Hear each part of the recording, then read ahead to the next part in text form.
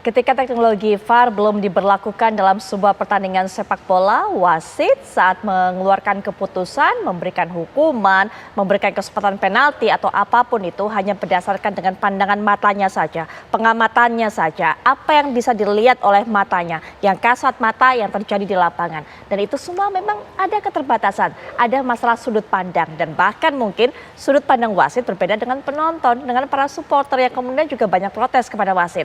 Nah, untuk mengklirkan semuanya, seiring dengan perkembangan teknologi, kemudian teknologi VAR ini diaplikasikan ataupun juga digunakan dalam sepak bola. Sehingga kemudian apa yang kita tahu ini dalam 2 pertandingan terakhir saja saat berhadapan dengan Korea Selatan, kemudian juga dalam partai semifinal berhadapan dengan Uzbekistan, pertandingan yang dilakukan oleh Timnas U23 banyak sekali hal-hal hasil-hasil yang begitu bergantung dengan VAR. Pada saat berhadapan dengan Korea rasanya kita diuntungkan dengan teknologi VAR ini, tapi pada saat berhadapan dengan Uzbekistan rasanya kita dirugikan. Nah, saya ingin kembali menegaskan mengenai hal ini dengan narasumber yang tadi juga berbincang dengan Agita. Sudah bersama saya yaitu Pak Fahrizal selaku asisten instruktur VAR PSSI. Pak Fahrizal, ini kan jadi perdebatan. Netizen ini begitu marah terhadap wasit VAR ataupun juga wasit asal Cina ini yang sebagai pengadil lapangan.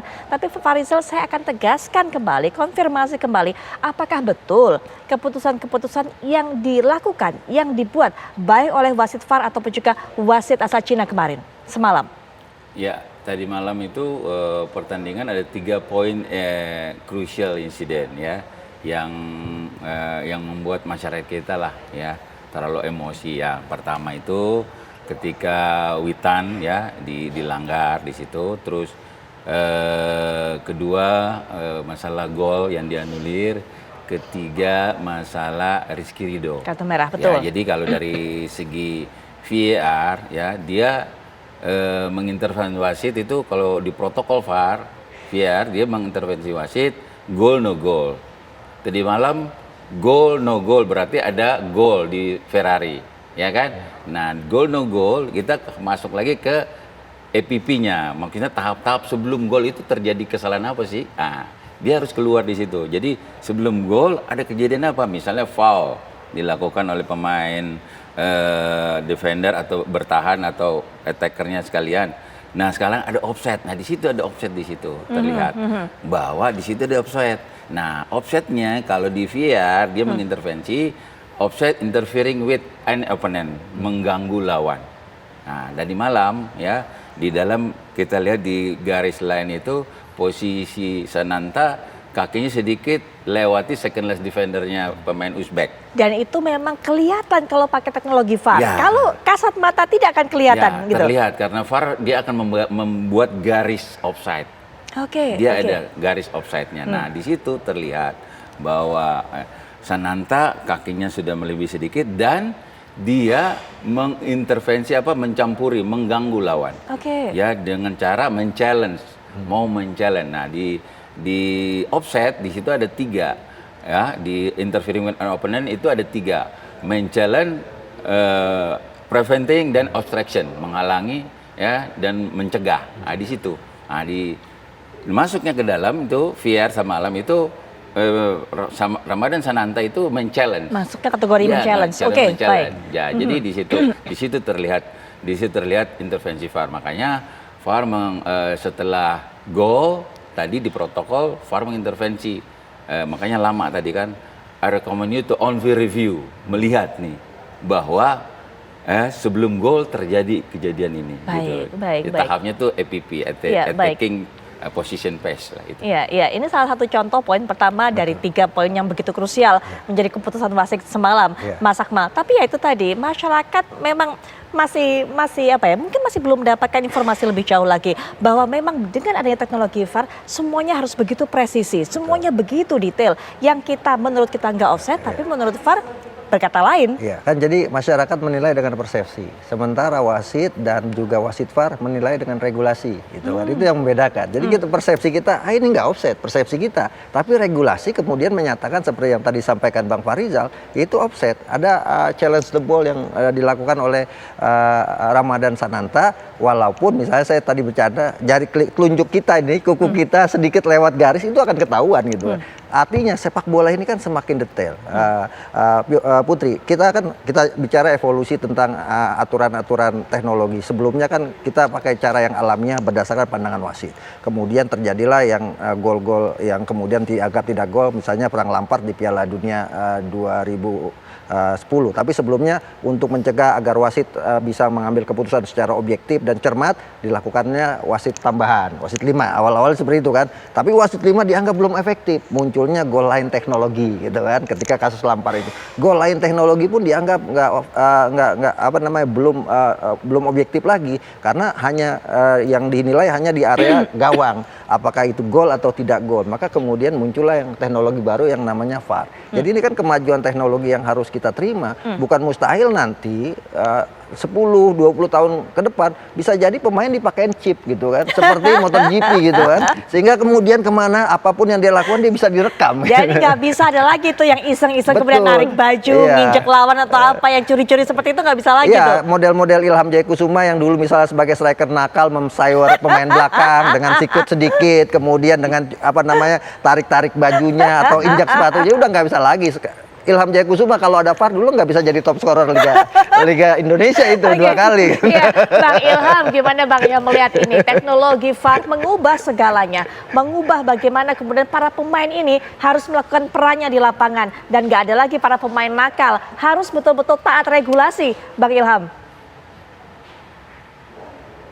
Lagi ya Mbak Putri, untuk VR ini memang ada untung dan ruginya ya buat sebagai pemain bola. Satu sisi memang untuk diving pemain-pemain dulu ya, termasuk saya lah, mungkin Bung Akmal tahu itu, ya kan. Jadi tidak ada lagi diving ketahuan, terus mungkin satu lagi bermain kacamata dan lainnya. Di satu sisi juga ya kembali lagi VAR ini bisa memberikan bantuan terjadinya gol ataupun tidak, membantu wasit juga. Tapi kan tetap saja keputusan itu ada di wasit tengah, yang saya rasa ya kan, terlihat kejadian memang seperti Witan tadi yang dibicara sama asisten referee kita, ya kan, dari PSSI, ya kan, kembali lagi akhirnya ada keputusan mutlak ada di wasit tengah, ya kan, termasuk dia regulasinya juga. Jadi mungkin kedepannya ya lebih banyak lagi sosialisasinya ke pemain, ya ke pemain-pemain kita. Insya Allah itu akan lebih bagus ke depannya. Baik. Sepak bola kita. Baik. Ya, ini juga kita masih bersama dengan Mas Hendra, warga negara Indonesia di Qatar yang sangat luar biasa semangatnya, Garuda Qatar begitu namanya, yang berbondong-bondong ke stadion, meramaikan stadion, bikin merah putih stadion Al Nasser bin Khalifah. Kemudian juga ini kalau tadi saya dengar suara ceritanya adalah Mas Hendra ini yang kemudian membawa drumnya begitu ya Mas ya, yang mukul drumnya sepanjang pertandingan ya. Mas Hendra, masih semangat nggak kemudian memberikan dukungan untuk timnas kita pada saat berhadapan dengan Irak pada hari Kamis nanti? Ya tentu Mbak, kita itu selalu mendukung timnas dari awal, senior sampai sekarang U23 AFC di Qatar ini kita selalu mendukung, totalitas itu tanpa batas Pak. Mbak, kita mendukung timnas Indonesia sampai saat ini. Top. Jadi kita warga Indonesia itu bangga selalu mensupport timnas Indonesia dan kita tuntaskan sampai akhir Mbak. Baik. Kita selalu support. Itu dia, totalitas tanpa batas. Masih takut nggak dikecewain lagi sama VAR di pertandingan nanti saat berhadapan dengan Irak, Mas Hendra? Kita tentu di sini para supporter, para pemain, insya Allah tidak akan ada istilah takut sama sekali. Meskipun kita bertanding, kita bermain adu mekanik dengan supporter tim-tim lain, kita tidak pernah takut Mbak. Kita sebagai Garuda Qatar, pendukung timnas Indonesia, kita tidak pernah takut. Gitu, Mas Hendra, support seperti apa yang ditunjukkan oleh Mas Hendra dan rekan-rekan di Qatar sana untuk bisa mendukung bangkitnya kembali timnas kita setelah kemarin kalah, supaya bisa bounce back, semangat lagi menghadapi pertandingan perebutan tempat ketiga, Mas Hendra? Ya, kita di sini setelah kemarin ada kekalahan dari pertandingan tersebut, kita sebagai tim volunteer, kita punya grup tersendiri Mbak, namanya itu volunteer militan yang ada di Qatar.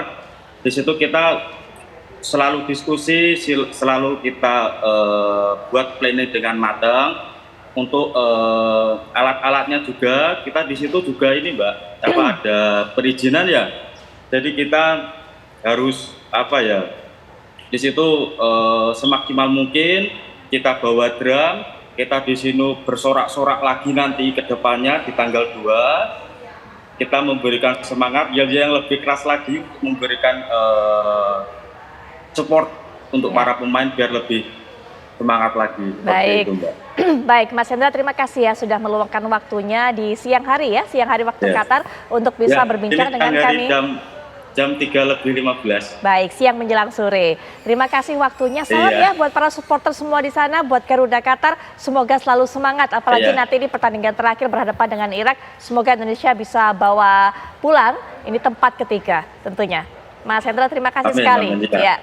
Yang lainnya tentunya narasumber Bang Ilham masih bersama saya, kemudian Pak Farizal, Mas Ahmad juga masih bersama saya. Kita lanjut di segmen berikutnya, termasuk juga nanti akan ada rekan kami yang keliling-keliling Jakarta dan juga menanyakan pendapat masyarakat terhadap kinerja wasit pada saat pertandingan semalam. Sesaat lagi.